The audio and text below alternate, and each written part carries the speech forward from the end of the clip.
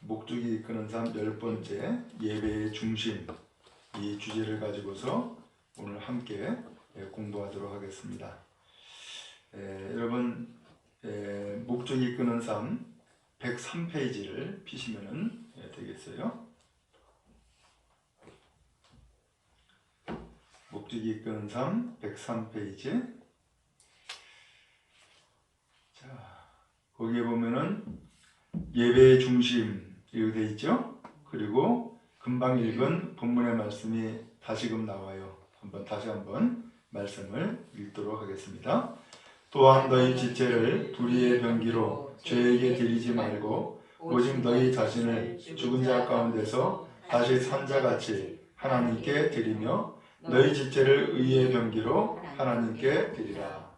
아멘. 자, 그러면은 이제 본문을 좀 읽어 나가도록 하겠습니다. 예배의 중심은, 우리 김희성 좀 읽어주세요. 예배의 중심은 하나님께 나를 드리는 것이다. 항복이라는 말은 복종이라는 단어만큼 사람들이 싫어하고 인기가 없는 단어다. 그것은 패배를 의미하며 그 누구도 패자가 되고 싶어하지 않는다. 항복은 전쟁에서 패배를 인정하고 게임에서 지거나 강한 상대에게 양보하는 것과 같은 좋지 않은 이미지를 연상시킨다. 그 단어는 항상 부정적인 문맥에서 사용된다. 예를 들어 체포된 범죄자는 치안 관계자들에게 넘겨지다라고 표현한다. 오늘날의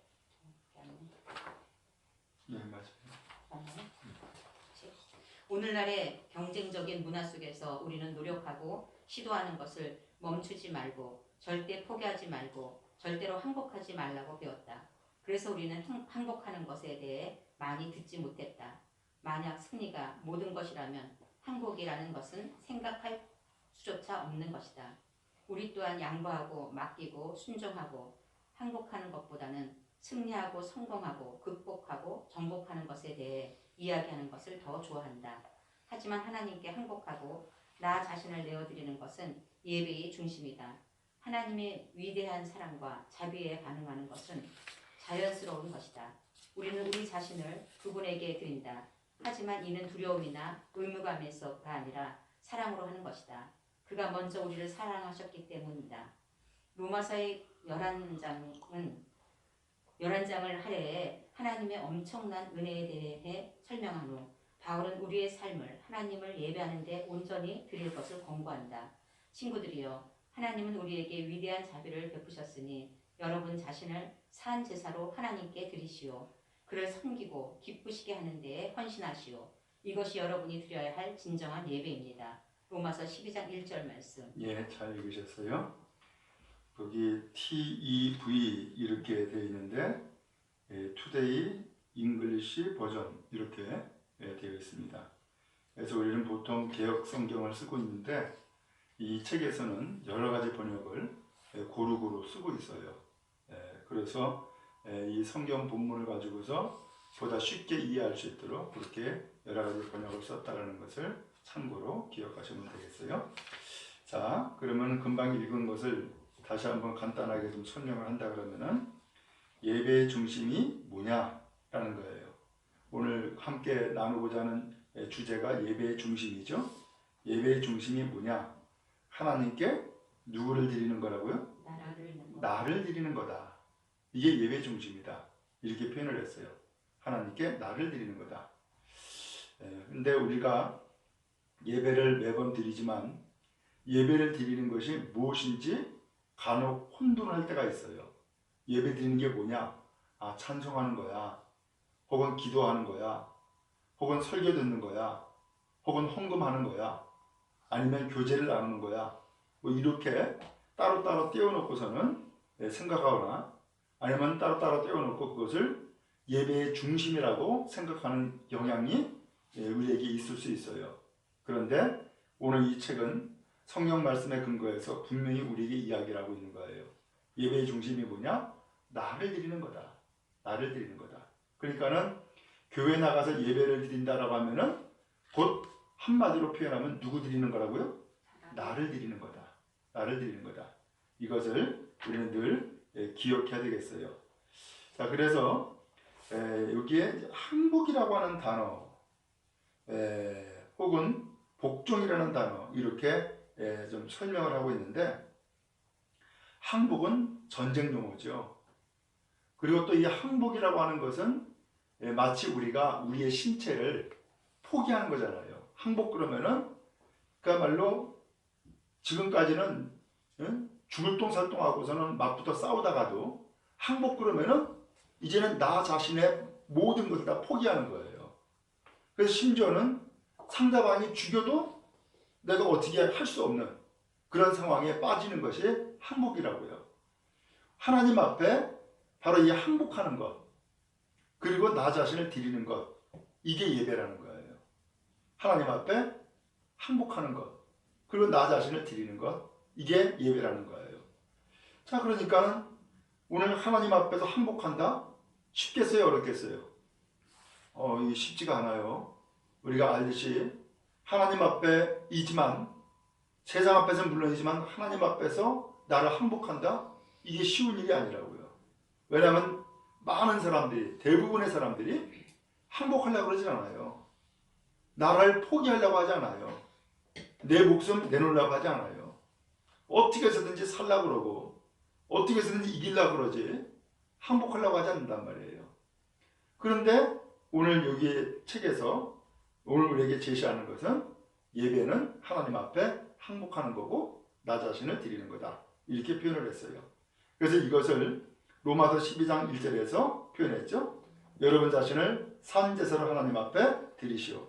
그를 섬기고 기쁘게 하시는데 헌신하시오. 이것이 여러분이 드려야 할 진정한 예배입니다. 참 우리가 보다 구체적으로 이렇게 항복이라는 단어를 제대로 써본 적은 없잖아요. 그런데 오늘 예배의 중심이 뭐냐라는 것을 보다 분명하게 우리에게 알려주기 위해서 항복이라는 단어를 쓰고 있음을 먼저 우리가 염두에 둬야 되겠어요. 자, 그 다음에 진정한 예배, 우리 이준석 성도님 읽어주세요. 진정한 예배, 하나님께 기쁨을 드리는 것은 우리가 하나님께 우리 자신을 완전히 내어드렸을 때 가능하다. 위의 구절 첫 문장과 마지막 문장 모두에 드리다라는 단어가 포함되는 사실을 생각해 보라. 우리 스스로를 하나님께 드리는 것이 예배의 전부다. 개인적으로 하나님께 우리 자신을 드리는 것은 여러 가지 이름으로 불린다. 헌신, 예수님을 주라 하는 것, 십자가를 지는 것, 우리 자신을 죽이는 것, 성령님께 모든 것을 맡기는 것. 그러나 무엇이라 부르든지 우리가 그것을 실천으로 옮기는 것이 중요하다. 하나님은 우리의 삶을 원하시기 때문이다. 삶의 전부를 원하신다. 95%로는 절대로 충분하지 않다. 우리가 완전히 하나님께 삶을 드리는 것을 방해하는 세 가지 요소가 있다. 두려움, 자만, 그리고 혼란이다. 우리는 하나님이 우리를 얼마나 사랑하시는지 깨닫지 못하고 우리의 삶을 스스로 통제하기 원하며 항복한다는 것에 대해 오해하고 있다. 예, 잘 읽으셨어요? 금방 읽은 그 끝부분에 우리가 완전히 하나님께 삶을 드리는 것을 방해하는 세 가지 요소라고 했어요. 세 가지 요소를 거기서 설명하기를 두려움, 그 다음에 자만, 혼란 이렇게 표현을 했죠. 그래서 하나님 앞에 정말로 예배의 중심, 하나님 앞에 온전한 예배자로 나가야 되는데 온전한 예배자로 드리기까지 거기에 방해되는 세 가지 요소를 이제 앞으로 나누고자 하는 거예요. 자, 그러면 내가 하나님을 신뢰할 수 있을까? 이것을 제가 한번 좀 읽어보도록 하겠습니다. 신뢰는 하나님께 항복하는 것, 나 자신을 내어드리는 것의 주요 요소다. 하나님을 신뢰하지 않으면 우리 자신을 드릴 수 없는데 이와 더불어 알아야 할 사실은 하나님을 더 알기 전에는 그분을 신뢰할 수 없다는 것이다. 두려움을 가지고 있을 때에는 우리가 하나님께 항복할 수 없지만 사랑이 그 모든 두려움을 없앤다. 하나님이 우리를 얼마나 사랑하는지 깨달으면 깨달을수록 우리를 하나님께 내어드리는 것은 더 쉬워진다. 하나님이 우리를 사랑하신다는 것을 어떻게 알 수 있는가? 그분은 우리에게 많은 증거를 주신다.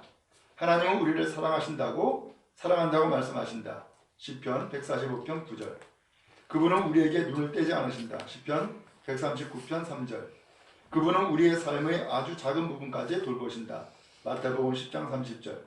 그분은 우리가 모든 기쁨을 느낄 수 있도록 능력을 주신다. 디모데전서 6장 17절. 그분은 우리의 삶을 위한 좋은 계획을 가지고 계신다. 예레미야 29장 11절. 그분은 우리를 용서하신다. 시편 86편 5절. 그분은 노하기를 더디하신다. 시편 145편 8절. 하나님은 우리가 상상하는 것 이상으로 우리를 사랑하신다. 자, 앞에서 예배를, 하나님께 삶을 드리는 것을 방해하는 세 가지 요소로 표현했는데, 이 삶을 드리는 것은 다른 표현으로는 예배죠. 그러니까 하나님 앞에 삶을 드리는 것, 곧 예배를 방해하는 세 가지 요소가 있다는 거예요. 그 첫 번째가 두려움인데, 지금 금방 읽은 내용이 바로 두려움에 대한 이야기를 하는 거예요. 그러면서 여기에서 소제목으로 표현한 것이 내가 하나님을 신뢰할 수 있을까? 라고 질문을 하고 말씀을 공부를 시작하고 있어요. 하나님 신뢰하는 것, 신뢰는 하나님께 항복하는 거라는 거예요. 그 다음에 나 자신을 내어드리는 것, 바로 이것이 주요 요소다 라고 표현을 했어요. 신뢰라고 하는 것은 하나님께 항복하는 거라는 거예요. 그런데 하나님을 신뢰하지 않으면 우리 자신을 드릴 수가 없게 되겠죠. 그래서 그 다음에 이와 더불어 알아야 할 사실은 하나님을 더 알기 전에는 그분을 신뢰할 수 없다는 것이다. 두려움을 가지고 있을 때에는 우리가 하나님께 항복할 수 있다 없다? 없지만 이렇게 표현했어요. 두려움을 가지고 있으면 하나님께 항복할 수 없다는 거예요. 그러나 사랑이 그 모든 두려움을 없앤다.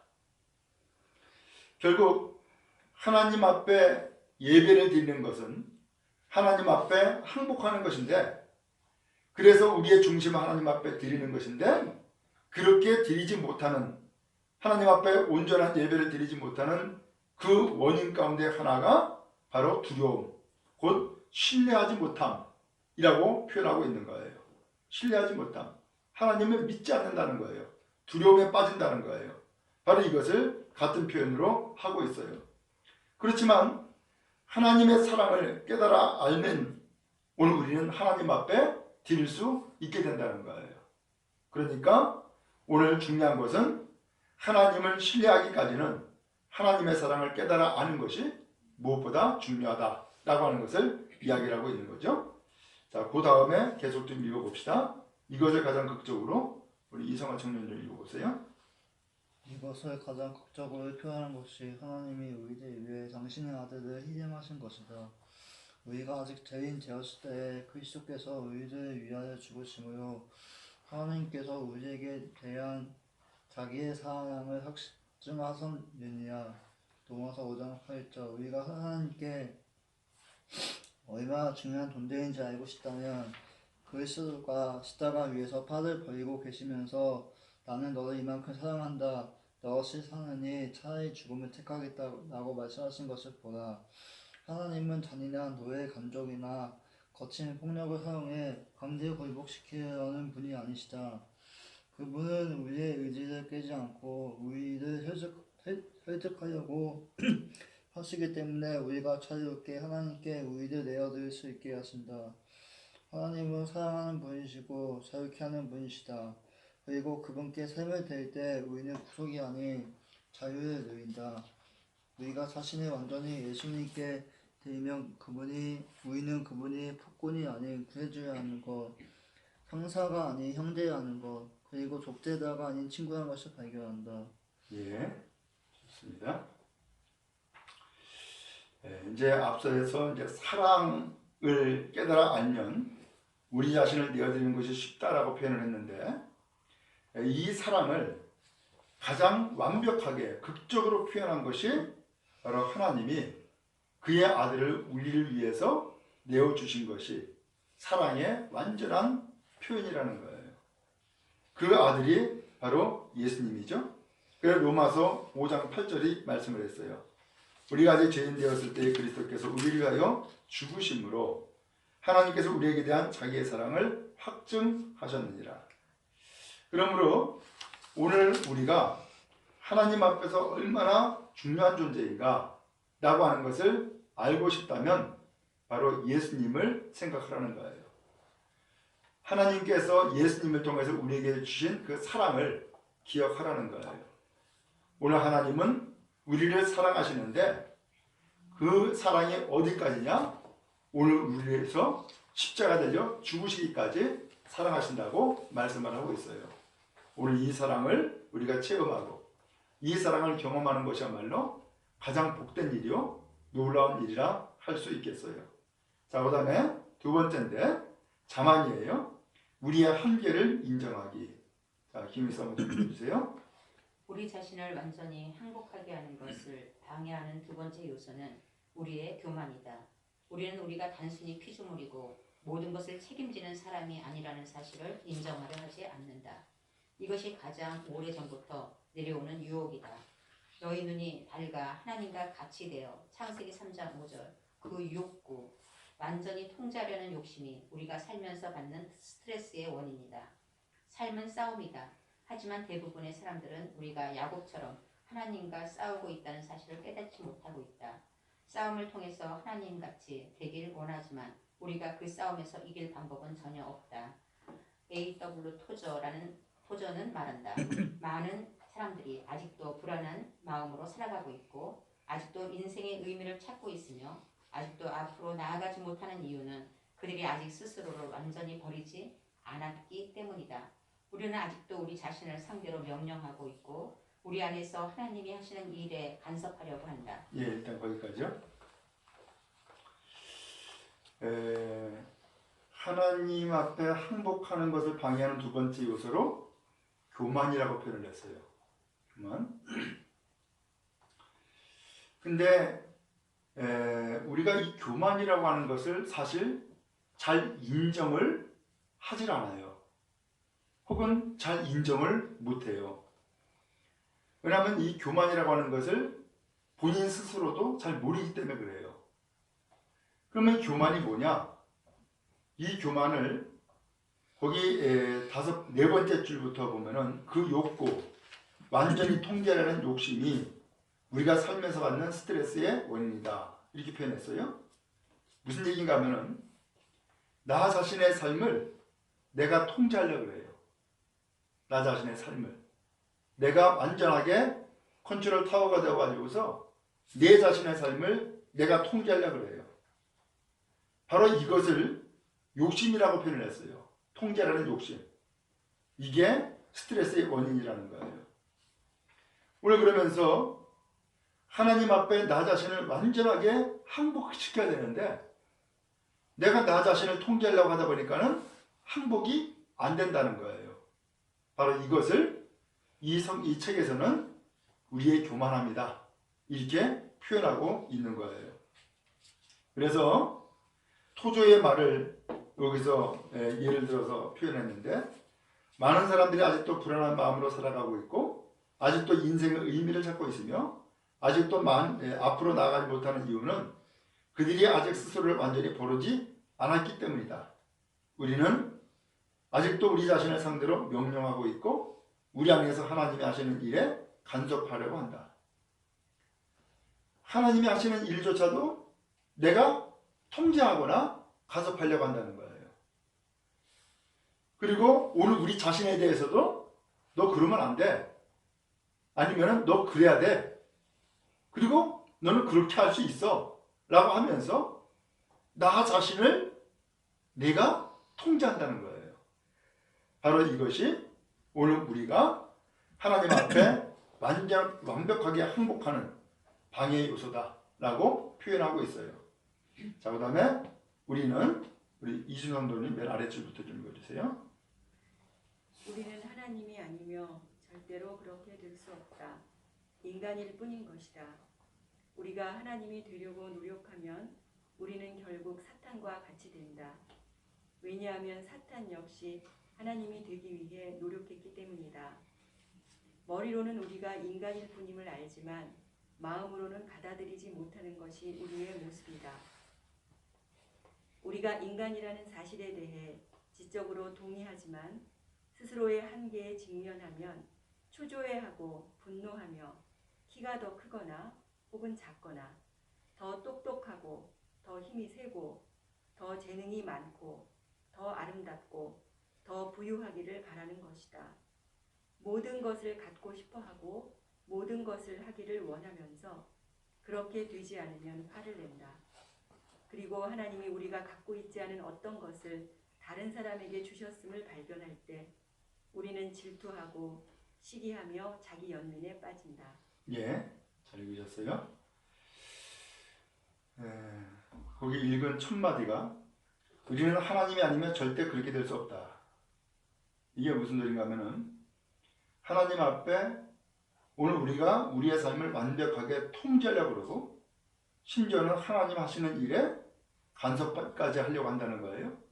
근데 우리가 그러면 그렇게 할 수 있느냐? 우리는 그렇게 할 수 없는 존재라는 거예요. 우리는 사람이지 하나님이 아니라는 거예요. 그런데 우리가 하나님처럼 되려고 한다는 거예요. 바로 이것이 사탄과 같이 되는 것과 같은 거다라고 하는 거죠. 예를 들어서 여기에는 자세하게 그렇게 나와 있지 않지만은 뱀이 하와를 꼬셔요. 그건 선악을 알게 하는 나무의 실과를 따먹게 한다고요. 근데 그때에 뭐라고 얘기하냐면은 저것을 먹으면 네 눈이 밝아진다. 그런 얘기를 해요. 그리고서 선악을 분별할 줄 알게 된다. 라는 얘기를 해요. 눈이 밝아진다. 그 다음에 선악을 알게 된다. 소위 말하면 하나님처럼 될 수 있다는 거예요. 하나님처럼 될 수 있다. 그 마음에 뭘 심어줬어요? 교만을 심어준 거죠. 교만을. 그러니까 저것만 먹으면 하나님처럼 될 수 있어? 그러면 먹어야지. 이 마음을 가지고서 그 선악과를 하와가 자기 손으로 따먹은 거예요. 오늘 그것이 인간 최초의 범죄 사건이 되어진 거죠. 이 책에서도 이야기하고 있죠. 우리가 하나님이 되려고 노력하면 우리는 결국 사탄과 같이 된다. 우리는 사람일 뿐이지 하나님이 창조한 피조물일 뿐이지 우리는 하나님이 아니라는 거예요. 그런데 우리 사람들이 이러한 인간뿐임을 알고 있지만 받아들이지는 못하고 있다는 거예요. 그럼 어떻게 알 수 있느냐? 예를 들면 우리 스스로의 한계에 직면해요. 우리 스스로 한계에 직면하면 어떤 마음을 갖게 돼요? 여기 표현하고 있죠? 초조해하고 분노하고 그 다음에 키가 더 크거나 더 똑똑하거나 더 힘이 세거나 더 재능이 많거나 더 아름답거나 더 부유하기를 바라거나 더 그러면서 더 완벽해지기를 그야말로 더 높아지기를 이러면서 자꾸 더를 추구하는 거예요. 바로 이것은 왜 그래요? 우리가 어느 순간 한계에 직면했을 때에 내 한계가 여기구나 이렇게 인정을 해야 되는데 그 한계를 인정하지 아니하고 자꾸 더 추구해 나가는 거예요. 그러면서 마음 가운데에 바로 이 한계를 인정하지 않는 그러면서 마음에 교만함을 갖는 그러한 모습을 우리가 가지고 있다는 거예요. 자, 그 다음에 이제 세 번째예요. 항복한다는 것의 의미. 우리 이성화 청원 좀 읽어주세요. 하나님께 행복하는 것은 수동적으로 전념하는 것이나 숙명론적인 것 또는 게으름에 대한 핑계가 아니다. 현실의 상황을 받아들이지 않는 것도 아니다. 그 반대를 의미할 수 있다. 우리의 삶을 희생하는 것 또는 변화해야 할 것을 변화시키기 위해 투쟁하는 것을 의미할 수도 있다. 하나님께 삶을 내어드린 사람들은 때때로 하나님 대신에 싸움을 하는 부름을 받는다. 하나님께 굴복하는 것은 결국 겁쟁이나 지밟히고도 가만히 있는 사람들을 위한 것이 아니다. 마찬가지로 이성적인 사고를 포기하는 것을 의미하지도 않는다. 우리가 가지고 있는 생각할 수 있는 능력을 하나님은 낭비할 목적을 주지 않으셨다. 하나님은 섬기는 로봇을 원하지 않으신다. 또한 하나님께 삶을 내어드리고 행복한다는 것은 우리의 성격을 억누르는 것이 아니다. 하나님은 우리의 독특한 성품을 사용하기 원하신다. 우리의 독특한 성품을 하나님께 드릴수록 더 강화된다. C.S. 루이스는 말했다. 우리가 하나님께 더 많이 행복할수록 우리는 더 진정한 우리가 된다. 왜냐하면 하나님이 우리를 만드셨기 때문이다. 그분은 처음부터 우리 모두를 다르게 창조하셨다. 내가 그리스도를 믿고 내 자신을 그분의 인격으로 채울 때에야 비로소 나는 진정한 내 인격을 갖기 시작한다. 예, 됐어요. 거기까지요. 지금 여기 표현이 조금 좀 이렇게 어려움이 좀 있긴 있는데, 항복한다는 것이 도대체 무슨 의미냐? 라는 거예요. 항복한다는 게 도대체 뭐냐?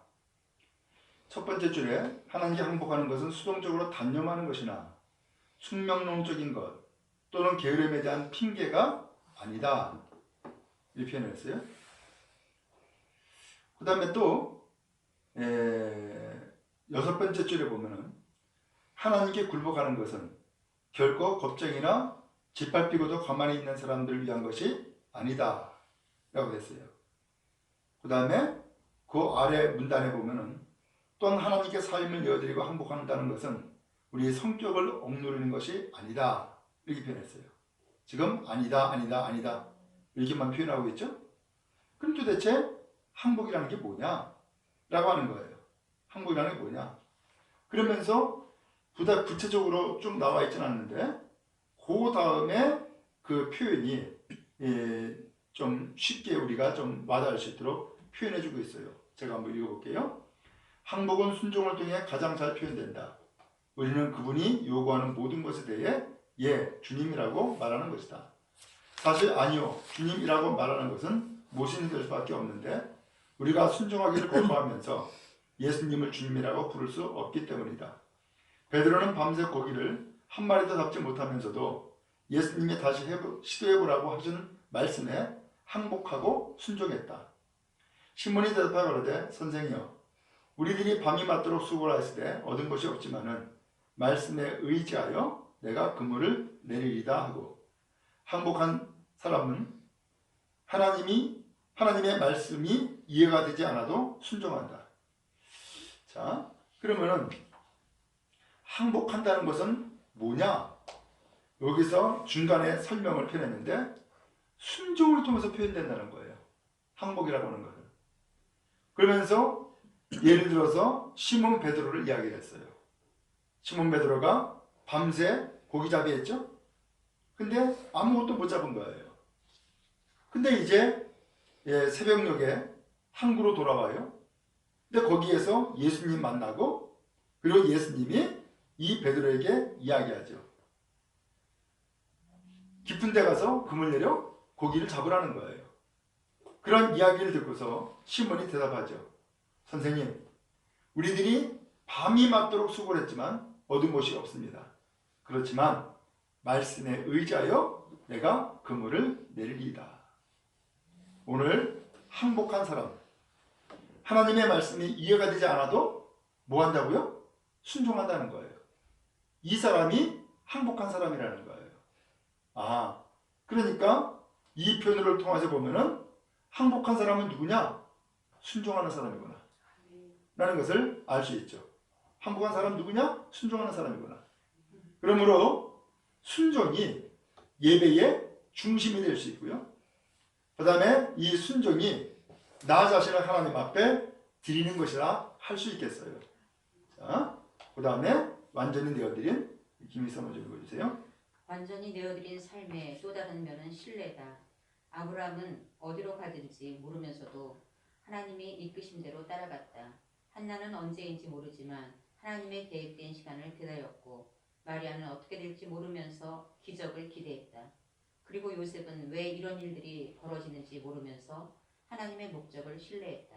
이들 모두는 하나님께 삶을 완전히 내어드렸다.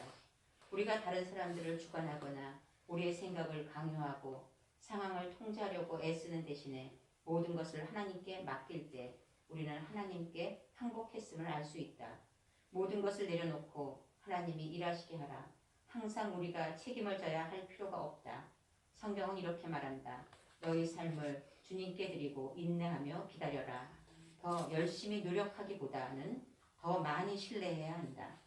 또한 비난에 반응하지 않고 스스로를 방어하기 위해 서두르지 않을 때 우리는 하나님께 모든 것을 맡겼다는 것을 알 수 있다. 하나님께 드린 마음은 인간관계에서 가장 잘 나타난다. 다른 사람들을 밖으로 밀어내지 않고 우리의 권리만 주장하지 않으며 자신만 생각하지도 않는다. 예, 대부분의 일단 거기까지요. 자, 이제 하나님 앞에 항복한 삶, 그것을 완전히 내어드리는 삶의 또 다른 면, 뭐라 그랬죠? 신뢰. 신뢰라고 표현했어요. 신뢰.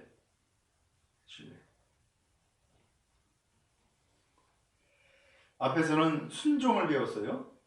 아, 순종이 항복이구나. 근데 완전히 내어드린 삶, 항복의 또 다른 표현은 신뢰라는 거예요. 신뢰는 하나님 앞에 모든 것을 맡기는 거죠. 그래서 세 사람을 비유를 들어서 예를 들어서 나왔어요. 아브라함이 그랬어요. 아브라함이 본토 친척 아비 집을 떠나 내가 네게 지시할 땅으로 가라라고 했을 때 아브라함은 그때 어디로 가라는 지시를 받았어요? 못 받았어요? 못 받았다고요. 그런데 아브라함은 앞에 있는 말씀을 따라서 순종을 해요. 신뢰했기 때문인 거죠.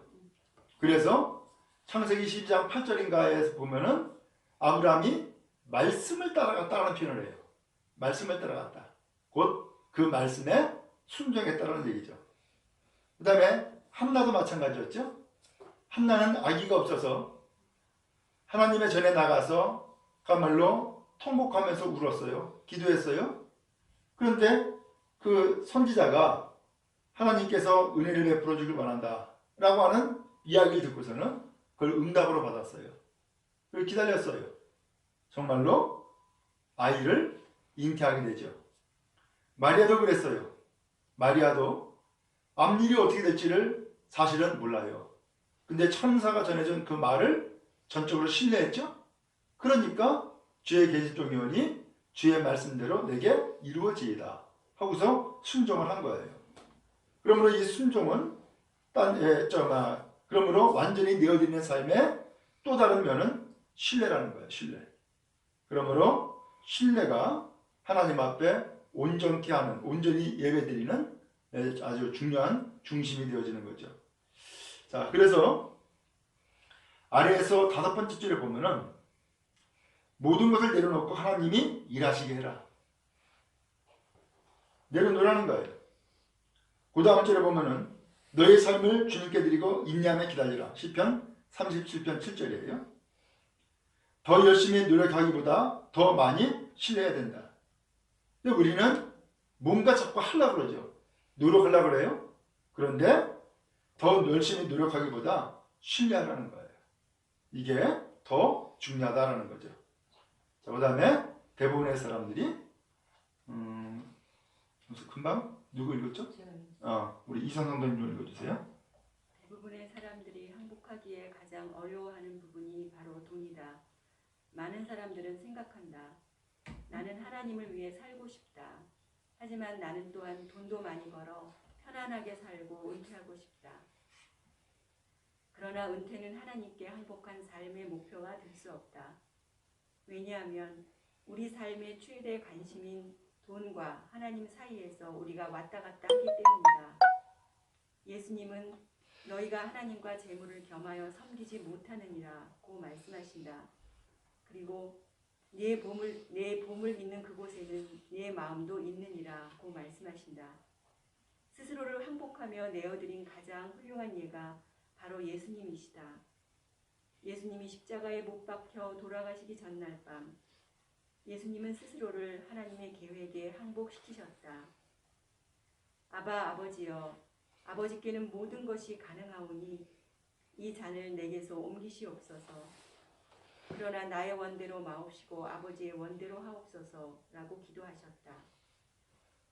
예수님은 하나님, 당신이 이 고통을 거두어 가실 수 있는 능력이 있으시면 그렇게 하십시오 라고 기도하지 않으셨다.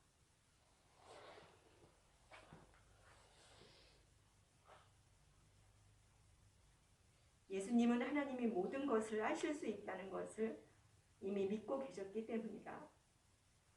대신 이 고통을 거두는 것이 당신을 위한 것이라면 그렇게 하십시오. 그러나 이 고통이 당신의 목적을 이루는 데 쓰인다면 저 역시 그것을 원합니다 라고 기도하셨다.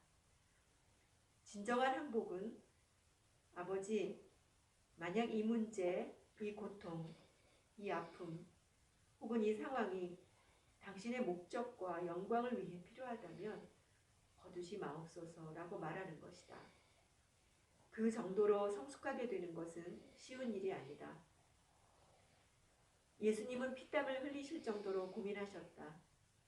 삶을 항복하며 내어드리는 것은 힘든 일이다. 우리의 경우에 그것은 우리의 자기중심적인 본성과 싸우는 치열한 전쟁이다. 예, 잘 읽으셨어요? 대부분의 사람들이 항복하게 가장 어려워하는 부분이 뭐라고 표현했어요? 돈이래요. 예. 여러분 어떻게 공감이 돼요? 예수님도 말씀해 주셨죠? 너희가 하나님과 재물을 겸하여 숨기지 못한다. 내 보물이 있는 곳에 내 마음도 있다. 라고 했는데 오늘 그런 의미에서 이 돈이 하나님과 맞먹습니다. 어느 경우에는 하나님보다 더 셉니다. 그 정도로 돈은 위력이 있고 또 많은 사람들이 가장 탐내는 것이고 그래서 가장 항복하기 어려운 부분이 바로 이 돈의 문제예요. 자, 오늘 그런데 스스로를 항복하고 가장 훌륭하게 내어드린 분이 계세요. 누구라 그랬죠? 예수님이라는 거예요. 예수님의 그 마음을 가장 잘 표현한 말씀이 마가복음 14장 36절에 나와요. 아버지여, 아버지께서는 모든 것이 가능하오니 이 잔을 내게서 옮기시옵소서. 그러나 나의 원대로 마옵시고 아버지의 원대로 마옵소서라고 기도하셨어요. 이 잔, 이게 뭐예요? 피지요. 내게서 옮기시옵소서라고 하는 것은 나 피 흘리기 싫습니다. 나 죽기 싫습니다. 라고 하는 인간적인 예수님의 솔직한 마음을 표현했어요. 그렇지만 예수님께서 이렇게 기도하셨죠. 그러나 나의 원대로 마옵시고 아버지의 원대로 마옵소서. 오늘 결국은 예수님은 그 마지막 순간에 뭐 했어요? 항복했다는 거예요.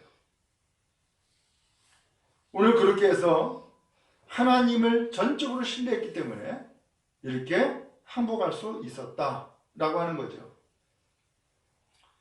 오늘 우리도 항복하며 살아야 되는데 이 삶을 항복하는 것 쉬워요? 어려워요? 결코 쉽지 않죠. 어려운 일이죠. 그렇지만 오늘 성경은 우리에게 요청하고 있어요. 항복하는 것이 예배다라는 거예요. 항복하는 것이 예배다. 그리고 항복이 바로 예배의 중심이 되어야 된다라는 것을 표현하고 있는 거죠. 자, 그 다음 페이지 항복의 축복. 자, 항복하면은 그러면은 어떤 축복이 있을까? 자, 우리 이성환 청년 좀 읽어주세요.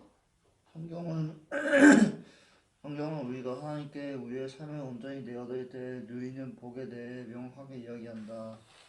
첫째, 우리는 평안을 경험하게 된다. 너는 하나님과 화목하고 평안하라. 그리하면 복이 내게 임하리라. 욥기 22장 21절. 둘째, 우리는 자유를 경험하게 될 것이다. 하나님께 감사하리로다. 너희가 보리에 제 종이더니 너희에게 전하여 준 바 교훈의 본을 마음을 순종하여 제에게서 해방되어 우리에게 종이 되었느냐. 로마서 6장 17, 18절. 셋째, 우리 삶 속에서 하나님의 능력을 경험하게 될 것이다. 집요한 유혹과 어려운 문제들을 그리스도께 맡길 때 그분의 능력을 모두 해결받을 수 있다. 여호수아는 그의 인생에서 가장 큰 전쟁을 앞에 두고 하나님을 대면했다. 그는 그분 앞에 무릎을 꿇고 경배를 드렸으며 자기의 계획을 모두 맡겼다. 그 항복이 여리고에서 승리를 가능케 했다. 이것이 바로 역설이다. 항복할 때 승리한다. 하나님께 항복할 때 우리는 더 강해진다. 하나님께 삶을 내어드리면 우리는 다른 것에 비해 행복하게 될지 모른다는 두려움에서 벗어날 수 있다. 구세군의 창시자 월리엄 부스는 말했다. 인간의 능력이 어느 정도 위대한지는 그가 얼마나 하나님께 삶을 드렸는지에 따라 설명될 수 있다. 예, 잘 읽었어요. 항복의 축복 세 가지를 제시했죠. 자, 첫 번째 뭘 경험한다고요? 평화를 경험한대요. 두 번째는요? 자유를 경험한대요. 그 다음에 세 번째로는요? 하나님의 능력을 경험한대요. 자, 그러니까 항복하는 것 바로 그것이 축복이라는 거예요. 누구한테 항복하라고요? 하나님께 항복해라. 하나님께 모든 것을 맡겨라. 그것이 축복이라는 거예요. 그러면 하나님께 맡기면 평화를 경험하게 되고, 하나님께 맡기면 자유를 경험하게 되고, 하나님께 맡기면 하나님의 능력을 경험하게 된다는 거예요. 그러면서 여호수아를 예를 들어서 이야기를 했어요. 이 여호수아는 사실 모세의 뒤를 이은 후계자죠. 근데 이 여호수아는 두려웠어요. 왜? 능력 많은 모세도 이 백성들을 제대로 이끌지 못하고 마지막 순간에 실패했는데 나 같은 사람이 어떻게 이 민족, 이 백성을 이 가나안 땅으로 인도할 수 있을까? 두려웠어요. 하나님이 아시죠. 그때 이 여호수아가 그렇게 두려움에 빠지게 되고 두려움에 빠지게 되니까 하나님 앞에 무릎을 꿇고 경배를 드렸다는 거예요. 근데 그때에 그는 모든 것을 다 맡겼다는 거예요. 모든 걸 다 맡겼다. 그때에 비로소 여리고에서 승리하는 놀라운 역사를 경험할 수 있었다라고 말씀을 하고 있어요. 여러분, 우리는 앞에서 나와 있는 것처럼 나 자신의 삶을 우리가 스스로 통제하려고 그래요. 제어하려고 그러죠. 컨트롤하려고 그래요. 왜냐하면 실패하지 않기 위해서, 혹은 나 자신이 죽지 않기 위해서 통제하려고 그래요. 그런데 그렇게 하는 것이 내가 그러면 사는 길이냐? 아니었던 거예요. 그것은 더 스트레스 받는 일이었고 더 피곤한 일이었고, 혹은 하나님 앞에 전적으로 내어 맡기지 못하고 하나님이 역사하시도록 맡기지 못하는 그런 불신의 삶을 살게 된 거죠. 그러나 하나님 앞에 다 맡기고 우리가 항복할 때에 하나님이 역사한다는 거예요. 여호수아가 그것을 경험한 거죠. 구세군 창시자 월리엄 부스도 역시 마찬가지였어요. 인간의 능력이 어느 정도 위대한지는 그가 자신의 삶을 얼마나 하나님께 드렸는지에 따라 설명된다 라고 했어요. 얼마나 위대한 사람이냐? 이것은 얼마나 하나님 앞에 자신을 드렸느냐 라고 하는 것에 좌우가 된다는 거예요. 야, 참 훌륭한 이야기를 월리엄 부스가 했어요. 자, 그 아래 제가 읽을게요. 하나님은 항복한 사람들을 사용하신다. 마리아를 선택해 예수님의 어머니가 되게 하신 이유는 그녀에게 재능이 있거나 부유하거나 아름다워서가 아니었다. 마리아가 하나님께 완전히 삶을 맡긴 사람이었기 때문이다. 천사가 도저히 있을 법하지 않은 하나님의 계획을 설명했을 때 마리아는 차분하게 대답했다. 주의 계집종이 오니 말씀대로 내게 이루어지이다. 하나님께 드린 삶을 하나님이 사용하시는 것보다 강력한 것은 없다. 그러니 내 자신을 완전히 하나님께 드리라. 야고보서 4장 7절 말씀이에요. 자, 인생을 살아가는 가장 좋은 방법. 자, 그러면은 인생을 살아가는 가장 좋은 방법이 뭔가? 이것을 이제 그 다음에 또 읽겠습니다. 우리 김희사 한번 읽어주세요. 모든 사람은 결국 어떤 것인가 또는 누구에게인가 항복한다. 하나님이 아니라면 우리는 다른 사람들의 기대, 돈, 분노 혹은 두려움, 자만심, 욕망 그리고 자아에 항복하게 될 것이다. 우리는 하나님을 경배하도록 만들어졌다. 만약 우리가 하나님을 경배하지 않으면 우리는 우상을 만들어 그것에 항복한다. 우리는 항복할 대상을 선택할 자유가 있다. 하지만 그 선택 뒤에 따라오는 결과들에 대해서는 자유롭지 못하다. 이 트렌리 존스는 말했다. 만약 당신이 그리스도께 항복하지 않으면 당신은 큰 혼돈에 항복하게 될 것이다. 하나님께 삶을 드리는 것은 가장 좋은 삶의 방법일 뿐만 아니라 유일한 삶의 방법이다. 다른 어떤 것도 안 된다. 다른 모든 방법은 좌절, 실망, 그리고 자기 파괴를 낳을 뿐이다. 킹 제임스 성경은 항복을 너의 마땅한 섬김이라고 말한다. 또 다른 성경은 그것을 하나님을 섬기는 가장 현명한 방법이라고 말한다. 삶을 모두 드리는 것은 어리석은 감정적인 충동이 아닌 이성적이고 지적인 행동이다. 가장 책임있는 그리고 우리의 삶을 통해 할 수 있는 가장 현명한 일이다. 그래서 바울은 이렇게 말한다. 그런즉 우리는 거하든지 떠나든지 주를 기쁘게 하는 자가 되기를 힘쓰노라. 고린도서 5장 9절 말씀. 우리가 가장 현명하게 행동하는 순간은 하나님께 예라고 대답하는 순간이다. 몇 년이 걸릴지 모르겠지만 결국 우리는 하나님이 우리의 삶에 주시는 복을 막는 가장 큰 요인이 다름 아닌 바로 우리 자신, 즉 우리의 의지와 집요한 자만심, 개인적인 야망이라는 것을 깨닫게 될 것이다. 우리 스스로의 계획에 초점을 맞춰서는 하나님의 목적을 이룰 수 없다. 예, 여기까지요. 예, 금방 읽었지만은 공감이 많이 될 거예요. 모든 사람은 결국 어떤 거에선가 또는 누구에겐가 항복한다는 거예요.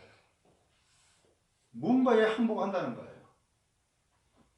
하나님에게 항복하든지 아니면 다른 것에 항복하든지.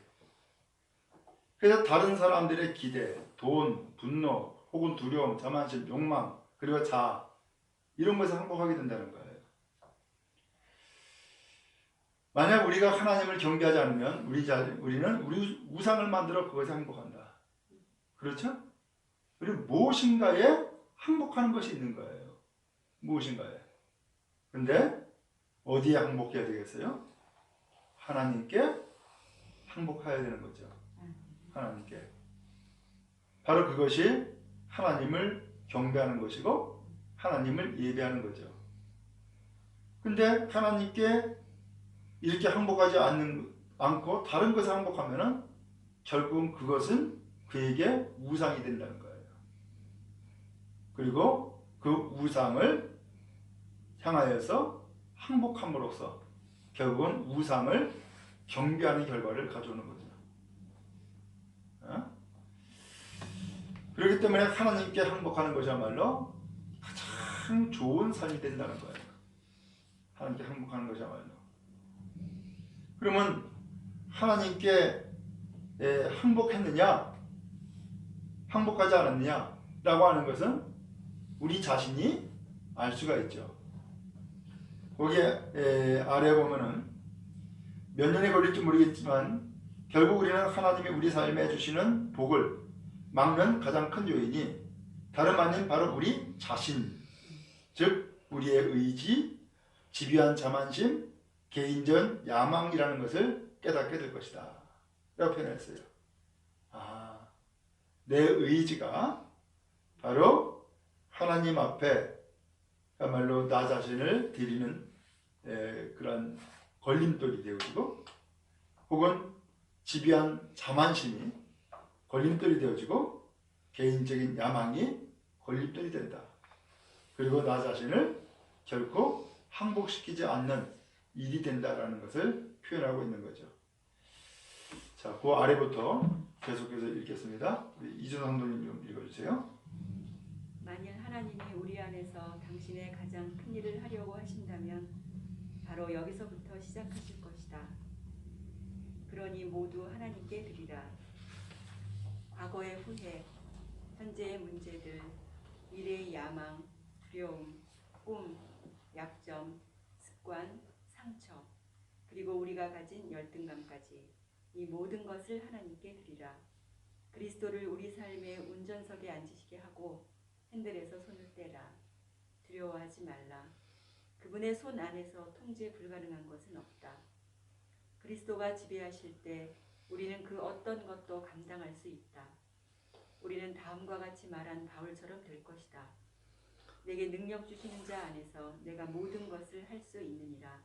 빌립보서 4장 13절 말씀. 다메섹으로 가는 길에서 눈부신 빛을 보고 쓰러진 후 바울은 그의 삶에서 항복의 순간을 맞이하였다. 다른 사람들에게는 하나님이 덜 극적인 방법을 사용하신다. 하지만 항복하는 방법과는 상관없이 항복하는 것은 단지 일회적인 사건이 아니다. 바울은 고린도전서 15장 31절에서 나는 날마다 죽노라 라고 말했다. 항복은 시간이라는 개념과 연결해서 생각해야 하고 또한 연습이라는 면과 연결시켜 생각해야 한다. 즉, 항복의 삶은 매 순간 이루어져야 하고 평생 해야 하는 것이다. 산 제물의 문제는 그것이 제단에서 내려올 수 있다는 것이다. 그래서 우리는 하루에 50번씩 삶을 다시 드려야 할지도 모른다. 항복의 삶은 매일의 습관이 되어야 한다. 예수님은 이렇게 말씀하셨다. 만약 나를 따르려 한다면 자신들이 원하는 것을 모두 버려야 한다.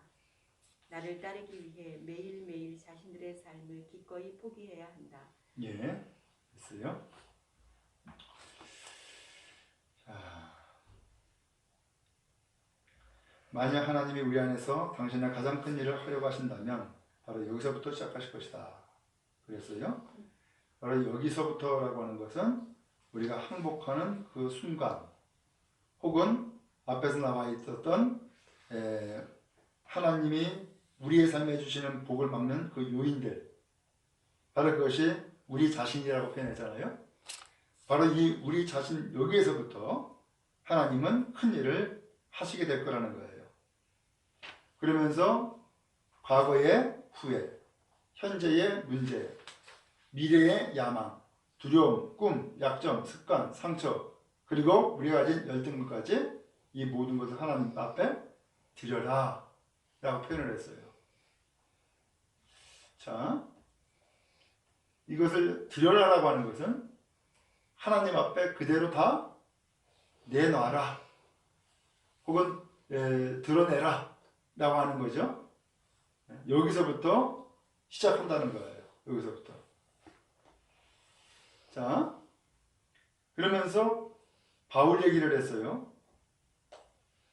이 바울은 다메섹에 예수 핍박하러 갔죠. 근데 갑자기 강력한 빛을 쏘게 되고 바울은 그 자리에서 꼬꾸라졌어요. 그러면서 바울은 거기에서 항복하는 순간을 맞이했다는 거예요. 이 길에서 그 강력한 빛을 보기 전까지는 또 예수께서 나타나셔서 네가 왜 나를 핍박하느냐라고 말씀하시기 전까지는 바울은 하나님 앞에 절대로 항복한 사람이 아니었어요. 그럼 오히려 살아있는 사람이었어요. 자기 의의가 살아있었고 또 자기의 열심이 살아있었고 또 자기의 권력이 살아있었고 아주 그냥 펄펄 뛰는 사람이었다고요. 그런데 예수를 만나면서부터 그는 죽었죠. 그리고 항복했어요. 그때에 이 바울은 비로소 하나님 앞에 쓰임받게 되었던 거죠. 자, 그러면서 바울이 나는 날마다 죽노라 라고 이야기를 했다는 거예요. 오늘 그렇게 해서 항복하는 것은 단 한 번의 경험이 아니라는 거예요. 날마다 항복해야 된다는 거예요. 순간순간 항복해야 된다는 거예요. 그래서 날마다 항복한다고 해가지고서 그야말로 70번씩 70번이 아닌 6번까지 항복한다 할지라도 마지막에 그 한 번을 항복하지 아니하면은 그건 실패가 된 거죠. 그래서 이 책에서 그렇게 표현하고 있어요. 항복의 삶은 매 순간 이루어져야 되고 평생 해야 되는 거다 라고 표현했어요. 매 순간 이루어져야 되고 평생 해야 되는 거다. 그래서 모세도 그 이스라엘 백성을 애굽에서 탈출시키고 광야로 이끌어가면서 수도 없이 많은 일들을 겪었죠. 그때마다 이 모세는 하나님 앞에 무릎을 꿇었어요. 항복했던 거죠. 근데 마지막에 가나안 땅을 바라보고서는 마지막 순간에 항복을 못했어요. 그는 분노했죠. 결과적으로 어떻게 됐어요? 그 마지막 순간에 실패했어요. 그러니까 항복한다라고 하는 것이 얼마나 어려운가. 나 자신을 포기하고 나 자신을 하나님 앞에 내어드린다라고 하는 것이 얼마나 어려운가라는 것을 우리가 이해할 수 있어요. 그렇지만 오늘 바울이 했던 것처럼 또 예수님이 말씀했던 것처럼 오늘 우리는 끝까지 항복의 삶을 살아야 되는 것을 말씀하고 있죠. 그래서 누가복음 9장 23절에 표현되어 있지만은 우리가 주님을 따르고 산다 그러면은 두 가지를 버리라고 했죠. 너 자신을 버리고 그 다음에 십자가를 지고 나를 따르라 이라고 표현을 했어요. 너 자신을 버린다라고 하는 것은 항복하는 거죠. 항복하는 거죠.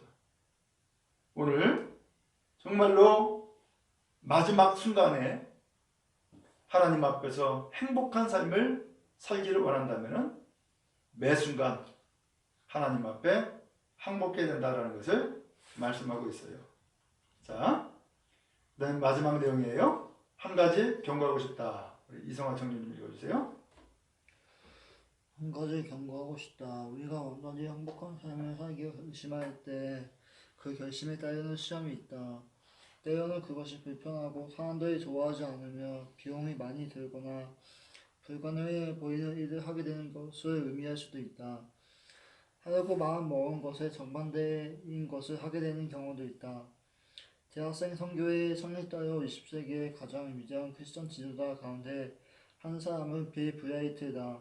전 세계에 있는 선교회 회원들과 사형이 솟았다. 그리고 10억 명이 넘게 본 영화 예술을 통해 1억 5천만 명 이상의 사람들이 그리스도에게로 돌아왔고 그들은 천국에서 영원한 삶을 누리게 될 것이다. 어느 날 내가 빌에게 이렇게 물었다. 빌, 왜 하나님이 당신을 사용하시고 당신의 삶에 그렇게 많은 복을 주시는 걸까요? 그는 이렇게 대답했다. 젊었을 때 나는 하나님과 계약을 맺었네. 나는 직접 계약서를 쓰고 밑에 서명을 했는데 거기에 바로 이날부터 나는 예수 그리스도의 종이다 라고 썼다네. 당신은 그런 계약서에 서명을 했는가? 아니면 아직도 당신의 삶을 통해 하나님이 원하시는 것을 하려고 하실 때 하나님과 논쟁하고 싸우고 있는가? 이제는 모두 내어 드릴 때다. 하나님의 은혜, 사랑 그리고 그 은혜 지혜에 모두 행복해야 할 때다. 예, 잘 읽었어요. 우리가 완전히 행복한 삶을 살기로 결심할 때 뭐가 있다고요? 시험이 있다고 표현했죠? 네. 완전히 행복한 삶을 살기로 결심할 때에 축복을 하고 격려하고 그렇게 한 게 아니었어요. 그렇게 결심을 할 때에 시험이 따른다는 거예요. 시험이. 그것이 불편하고 사람들이 좋아하지 않고 비용이 많이 들고 불가능해 보이게 되고 그리고 하려고 마음먹은 것에 정반대 것을 하게 되는 경우도 있다 라고 표현했어요. 이게 다 시험거리라는 거예요. 왜 그렇죠? 성경에도 보면 위대한 일을 하는 사람들은 전부 다 시험을 통과했어요. 전부 다. 예를 들어서 바울도 사도가 되어서 예수 복음을 증거하잖아요. 근데 그렇게 됐을 때에 같은 그리스도 형제들이 격려하고 축복했습니까? 아니에요. 의심하고 배척했어요. 아니 어떻게 이럴 수 있을까? 그것은 그에게 더 단단하게 사명을 이뤄나가는 또 하나의 디딤돌이었던 거예요. CCC 대표 창립자인 빌 브라이트도 역시 이야기를 해요. 사람들이 물었다 그러죠. 왜 하나님이 당신을 사용하셔서 당신의 삶에 그렇게 많은 복을 주십니까? 했더니 하나님과 계약서 썼다는 거예요. 바로 이날부터 나는 예수 그리스도의 종입니다 하고서 서명을 했다는 거예요. 오늘 우리에게도 지금 다시 한번 확인시켜주고 있어요. 당신은 그 계약서에 서명했냐? 아니면 아직까지도 당신의 삶을 통해서 하나님이 원하시는 걸 하려고 할 때에 하나님과 논쟁하고 싸우고 있느냐? 라고 묻고 있어요. 이제 모두 내어드릴 때다. 하나님의 은혜, 사랑 그리고 그분의 지혜에 모두 항복해야 할 때다. 라고 표현을 했어요. 여러분 그렇죠? 우리가 하나님 앞에 항복하지 않으면은 거꾸로 하나님과 갈등 관계를 갖게 돼요. 여러 가지 말로 이유를 대고 핑계를 대고 합리적이지 않다고 이야기를 하고 그것은 불가능하다고 이야기하고 그 전부 다 하나님 앞에 항복하지 않은 사람이 또 다른 것 불가능이라고 하는 것에 항복을 한 거고 혹은 이것은 한말로 보다 많은 사람들에게 지지받는 길이 아니다라고 하면서 그 반대적인 것에 항복을 한 삶이 되어진 거다라는 거죠. 자, 이제 마지막 내용이에요. 모두 이제 내어드릴 때다. 하나님의 은혜, 사랑 그리고 그분의 지혜에 모두 항복해야 할 때다. 오늘 예배의 중심 이것은 뭐라고요? 항복이다. 예배의 중심은 항복이다. 항복하는 것이 예배다 라고 표현하고 있어요.